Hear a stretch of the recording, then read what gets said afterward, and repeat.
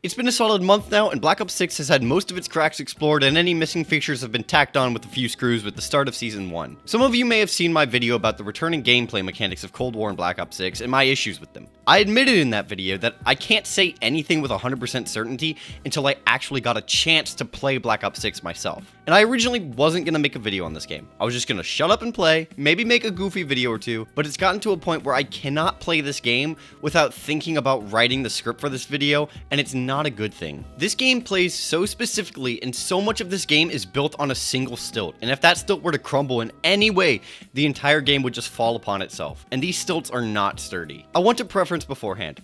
I want to like Black Ops 6, and I will continue to try to do so, and I even constantly play the game still, even with all these issues, because I truly love zombies. But these thoughts I have are just scratching the back of my head every time I load into a match. I don't want to dislike this game or even discourage the growth of this mode, but this is not growth, it's inversion in some cases. Now, this video has a lot of negatives, so I realized I should probably start out with some positive, just because although it may seem like it later, I really don't hate this mode. One of my favorite additions is the craziness of starting an exfil. You don't always get to experience it because of the delay in spawns when you start an exfil, but zombies are spawning and running like you're in World War Z, and it is so much fun rushing to the chopper with the most insane horde behind you. The crazy amount of side Easter eggs and their creativity is very nice and feels like a real passion project at times. The Easter eggs still feel a little easy, but the final boss on Terminus is a hell of a fight, and they added the option to continue the game or end it after an Easter egg, and it is lovely. There's rewards for doing an Easter egg finally, and other than the calling cards being a reskin, they all look awesome. The armory machine having a voice is at least a nice effort at personality, even though I think it's kind of forgettable with the repetitive voice lines and how quickly interactions with the machine go. Speaking of voice lines, the operators have more interesting voice lines a bit more. The zombie appreciation in Prestige is great to see, even though they skip BO3 for some reason. Both the music Easter eggs are sick as hell, and I've listened to them dozens of times each. It's only one, but finally having a zombie specific score streak is cool. And finally, save game doesn't come into play often for me, but it's useful nonetheless. That's not all the positives of this game, but just the ones I could think of on the spot to somewhat lessen the critique. The first thing I have to talk about is the zombies themselves. The most fun part of this game mode, running around and killing zombies, sucks. The issue comes from the hordes and the way the AI works. It's no secret the horde size has been increased by about double. This is a double-edged sword though, because you'd think the bigger the horde, the more fun to shoot at, right? But it comes with so many downsides, it's not even close to worth it. Because of the larger horde size, maps have to conform to that. Everywhere on both Terminus and Liberty Falls has plenty of room to fill up around 5 or more zombies. It wouldn't be fair to have the narrow and strict corridors that the past games have had that could easily be blocked by 2 or 3 zombies when this game is throwing 40 plus at you at all times in every direction. This makes map feel artificially bigger while not actually filling that area with content. And it makes navigating the map mid-round almost risk-free. Now I say almost risk-free for one reason. The spawns of these zombies are even worse than Black Ops 4 at times. You can run around the map and you won't have a ton of zombies spawning in front of you, but that's only if you're constantly on the move. The area that spawns really decide to sneak up behind you and whisper in your ear how much they're going to enjoy downing you is when you're training. The spawns in this game are so quick that you can't walk backwards and kill a horde. The moment you start doing that and kill a zombie, you can almost guarantee that in 3 seconds, every zombie you've killed will have respawned with a vengeance for that headshot you just got on them, and will spawn somewhere behind you while you've still got at least 20 zombies still in front of you. You can't reliably kill a horde in this game without constantly checking your back, and it genuinely has ruined zombies for me. I can't play this game without getting annoyed at the fact that I just downed on round 15 because of the 10-20 zombie blitz I was punished with for even thinking I could play the game and have fun killing zombies. The zombies have lightning fast reflexes for some reason as well. If you try to run, dive, or slide past a zombie, or God bless your soul, a horde, you better believe if you get anywhere near the same distance that you can smell a teenager who relies on Axe body spray too much, you should expect to take damage. That's the only difficulty in this game for the base zombie. There are no complex training areas, there are no shambling zombies to throw you off guard.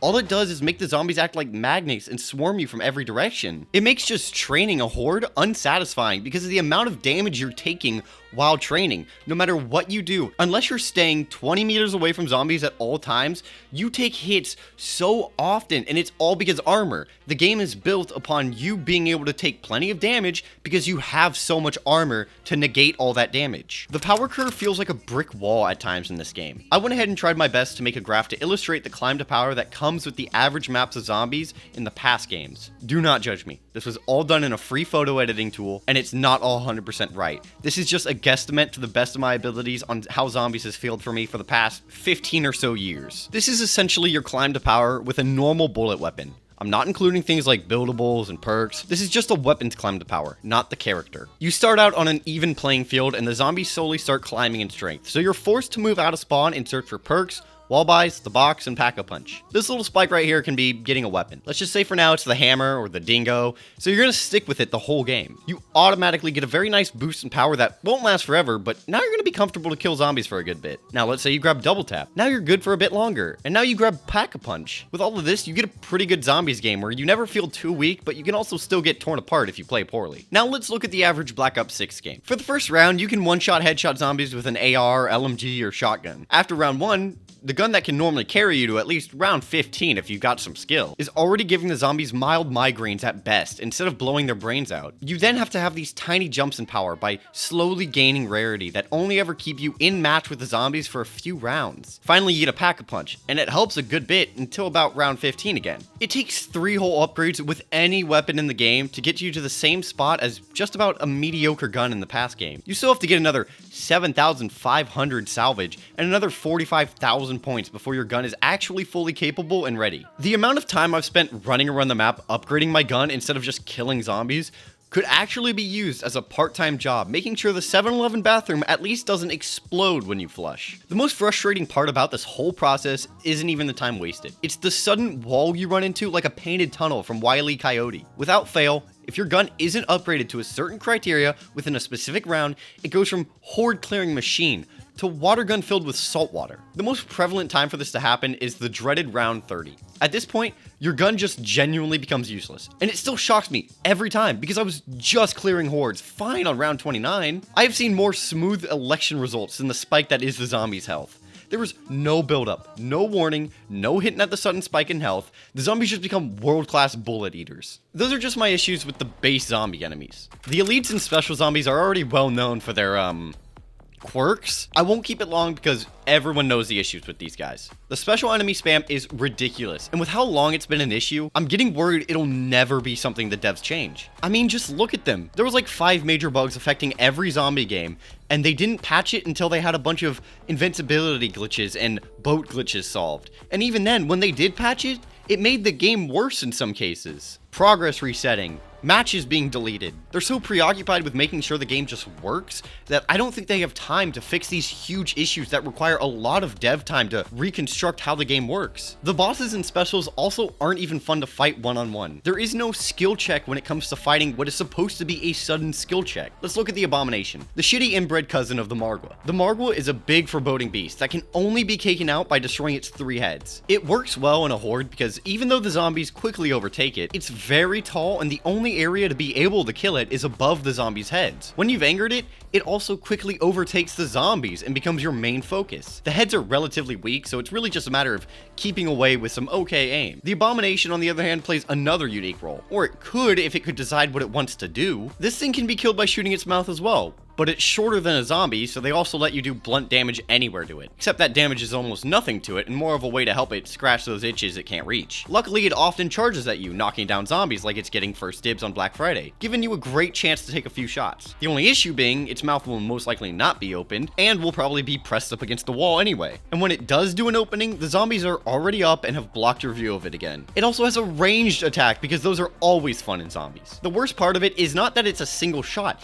it's a constant beam that can easily take you out and kill zombies, spawning new ones behind you immediately. When a Margwa spawns in Black Ops 3, my first reaction is fear, even after all this time of fighting them, because I know it'll take skill, it'll be an actual challenge, and it's not just a bullet sponge. Every elite in Black Ops 6 elicits annoyance so far, and that's it. The vermin and parasites are even worse. They worked well in Black Ops 3 because they were weak and didn't ruin the flow of hoarding. The parasites in this game seem to trace you with their shots, but also hit like a zombie. They don't fire slowly either. Most encounters are trying to take them out immediately, or else you have a hard-hitting and always attacking zombie flying around your horde. The vermin are even worse somehow. The spiders in Zetsubo worked for the same reason that the parasites worked, but with the added benefit of not not adding to the horde. The vermin in Black Ops 6 join a herd, use the zombies for cover, leap out from behind the zombies to hit you just as hard, and then get swallowed back up to cower behind the zombies. You have so little time to take out these guys, especially when you have to aim an entire 45 degrees down in the middle of shooting a horde,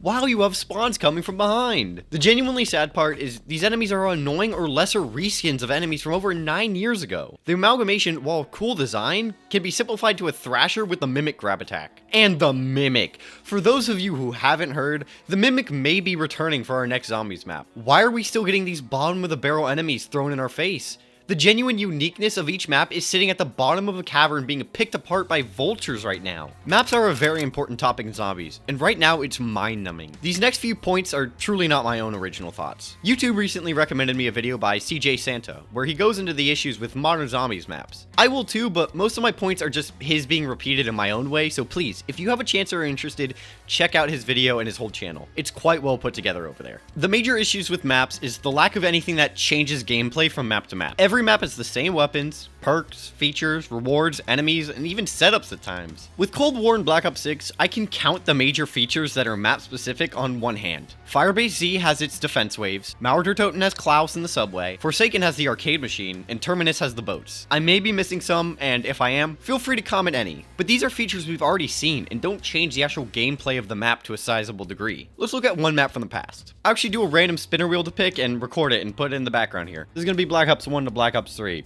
BO4 is a lot of remakes, and World at War is kind of the start of everything, so it's not really fair.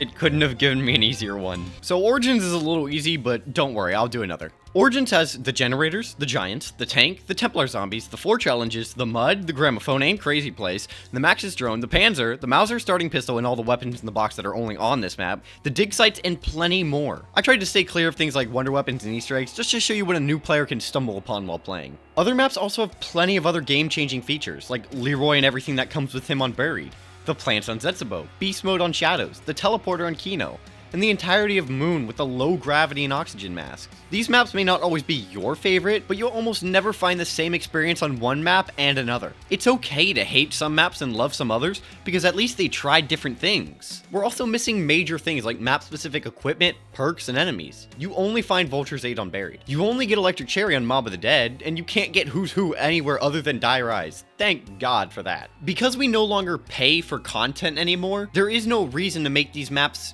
different. Back in the day, when you bought a map, you weren't just buying a play area, you were buying all the features that came with it as well. Now you pay extra for the base game and get a few free play areas later on. In Black Ops 6, there's no rewards for playing a specific map other than one. The Aetherella Easter egg on Liberty Falls is a genuine reward. It's the only side Easter egg I can think of that doesn't reward the player with the same loot pool of essence, salvage, perks, and the rarity upgrades. Imagine for a second if the bowling ball Easter egg gave you an actual bowling ball equipment, or if the crab whack-a-mole Easter egg gave you Hell's Retriever-like recharging throwing knives, and it was an actual crab you threw. I appreciate all these side Easter eggs they've added, but none of them actually matter. If you've done them once, you don't ever have to do them again, because it just slightly sets you up faster. No map has a Hell's Redeemer or Spork Knife style reward. There is no sword equipment like Shadows of Evil, no G-Strike style reward like there is on Origins, and no equipment like the Time Bomb on Buried. Every match in Black Ops 6 gets so boring so quickly because no matter on what map, no matter the loadout you have equipped,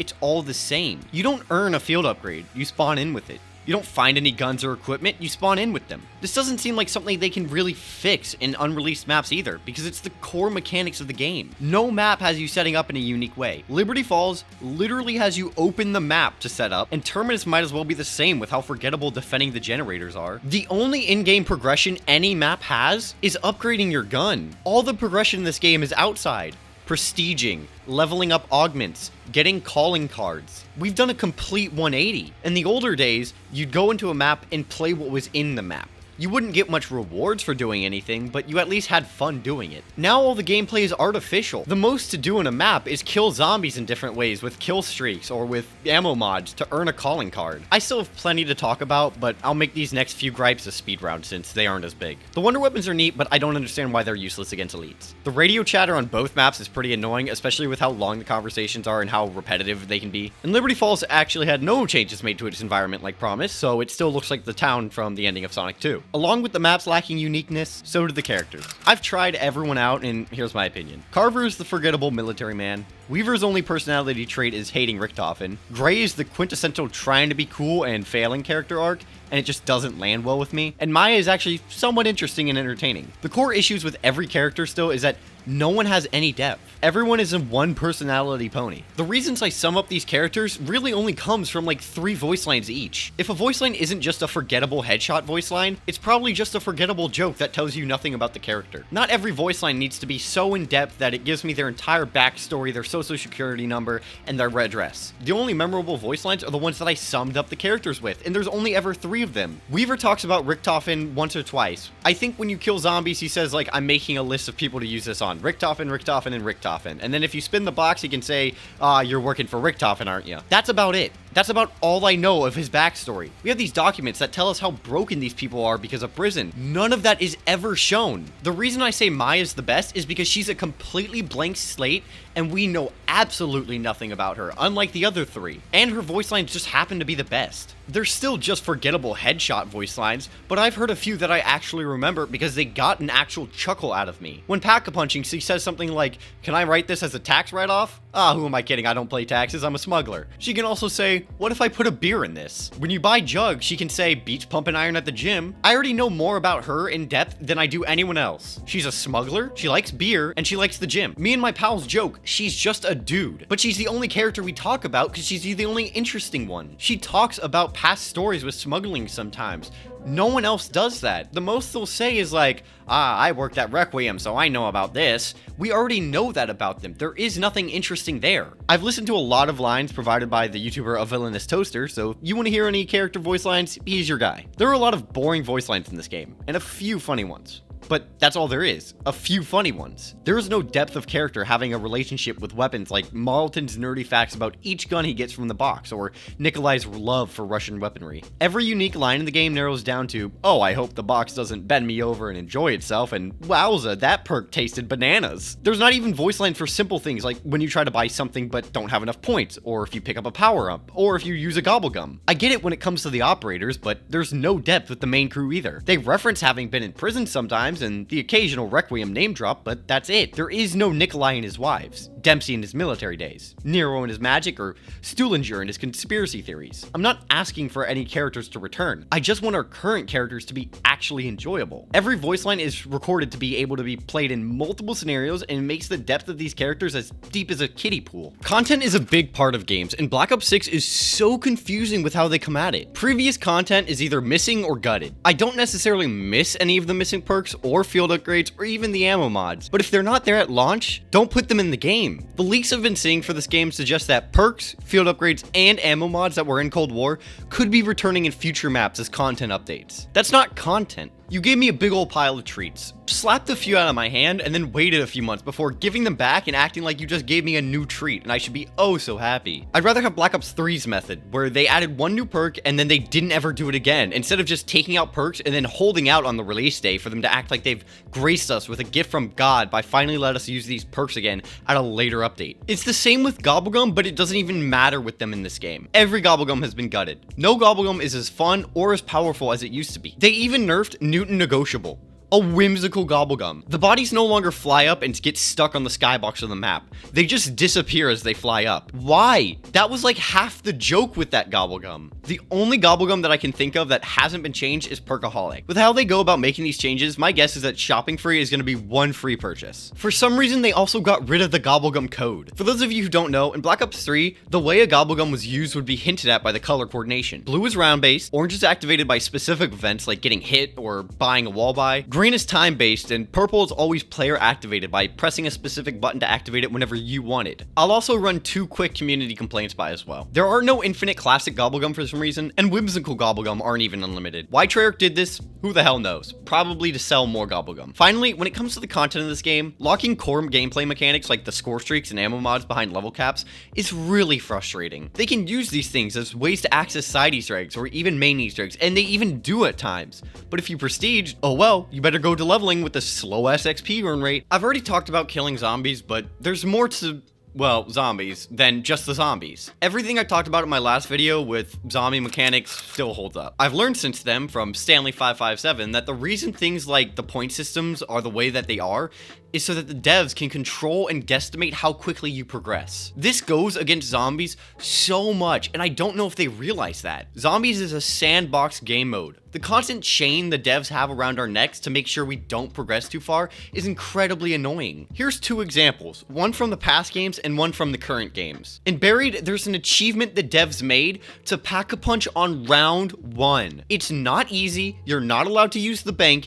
and it takes a lot of knowledge of the map to figure out how to get from spawn to pack-a-punch and have enough points to then pack-a-punch in one round. It doesn't restrict the player in any way. They're free to play however slowly or however quickly they want. They can pass rounds and get to Pack-a-Punch, or they can spend all day on round 1, slowly and methodically opening the map one by one with Leroy, making sure to maximize every point you get from him. It lets players choose how they want to play. But in the modern games, let's look at Firebase Z and the first door skip. Treyarch fought tooth and nail, patching every method we found to make a simple jump to skip buying one door, and the only reason they quit was because they literally could not find a way to properly prevent us without changing the map too much, and probably because they didn't feel like updating a map that was like 6 months old at that point. The devs have programmed Black Ops 6 so that you are always slowly progressing, but it's not fun. I could sacrifice offense for a point gun in the past games to make sure I've got perks before really focusing on a good weapon, but in this game, the saying a good offense is a great defense has never been more true. This is hammered down by the point,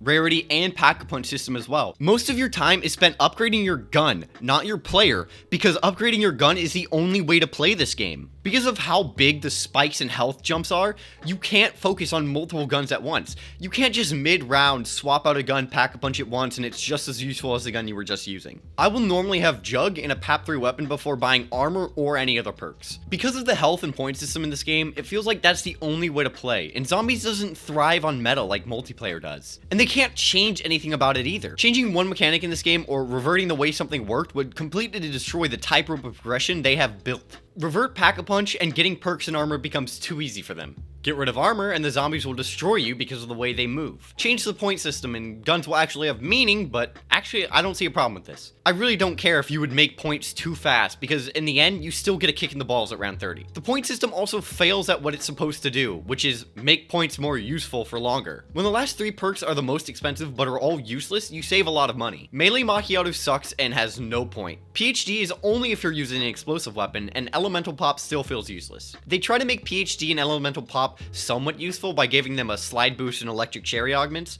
but those don't matter once you're already set up. The point system in this game is a constant tie, making sure every player makes the same progression every game. There is no min-maxing, no learning a mechanic in and out to really take full advantage of it, and no point in weaker weapons, which drives in that meta even more. It also adds to the fact that every map plays the same. Around round 15, round 20, I'm fully set up every time. This video is already longer than my last one with even less topics, but I've still got a few more, so I'll lightning round these last complaints. Augments are boring. They either make the core aspect of whatever it is slightly better, or are past perks or features crammed into it, and I will not stand for the disrespect of Electric Cherry being just an augment when a perk like Tombstone or Death Perception gets to be its own thing. Directed mode is neat, but I don't think it's actually going to encourage anyone to get into zombies. It might at least encourage a few multiplayer fanboys to do the Easter eggs at least once for each map, but the reason I got so invested was all the mystery of the mode, not the handholding. It's also PvE, and I suck at PvP, so that's that too. There's still no loading screen for the maps, and for some reason the intro only plays once. With how varied loading times between players can be, the game would greatly benefit by adding these back instead of waiting at the main menu for 5 minutes. Why can't I see my Gobblegum pack in-game? Or downs, but we get this shitty timer? Exfils are unfair, especially in later rounds, unless you have a score streak. A more interesting exfil would be just a time limit and you have to survive with all the crazy spawn rates. Plating up constantly is annoying. There's not a single cipher in this game for some reason, and the lore given in Intel is pretty bare bones. This is more of a warning to Treyarch, but in Mr. Raffle Waffle's directed mode video, he said something along the lines of how they should tell the player to craft a Mangler cannon, and should tell players what ammo mods the boss enemies and elites are weak to so that they can have an easier time in the boss fights. And while I love the guy, that's stupid. Again, handholding is becoming too strong, and it's gotten to a point where there's no discovery in a game because the game tells you everything. If he wants to make a tips and tricks video and talk about it, go ahead, but leave some discovery for those who want to actually learn by themselves and not be told by a tutorial. Not really an issue with the game, but just a message to the zero devs of Treyarch watching this. The HUD was given player icons and everyone acted like we actually got a revamped Amazing Zombies themed HUD for some reason. And finally, this is more of a theory I've been thinking about. I think the devs have already finished this game. I think the 4-year dev time was also spent on working on DLC maps, and most are already finished or very close with how much the leakers have been able to find. The supporting evidence consists of the quick updates to bugs like invincibility glitches, but the slow bug fixes to things like crafting being broken and sprinting being slow, and the fact that COD 2025 is another Black Ops. So I wouldn't be surprised if they handed Black Ops 6 to a decent-sized skeleton crew to keep things under wraps and finish tidying things up. This may not be true, but it's just some food for thought. After all, you gotta have some open mind to zombies. I really wanted to enjoy Black Ops 6, and I will continue to try to do so, but so much of this game is just a slap in the face to what zombies is. What's really disappointing is that if you critique this game at all, people are getting so frustrated with you and just telling you to go back to playing the old games because we're never going back to those days. I don't want the old games. Some may say I just hate change, and yes, I do, but I don't hate growth. I love seeing zombies grow from when I joined during the days of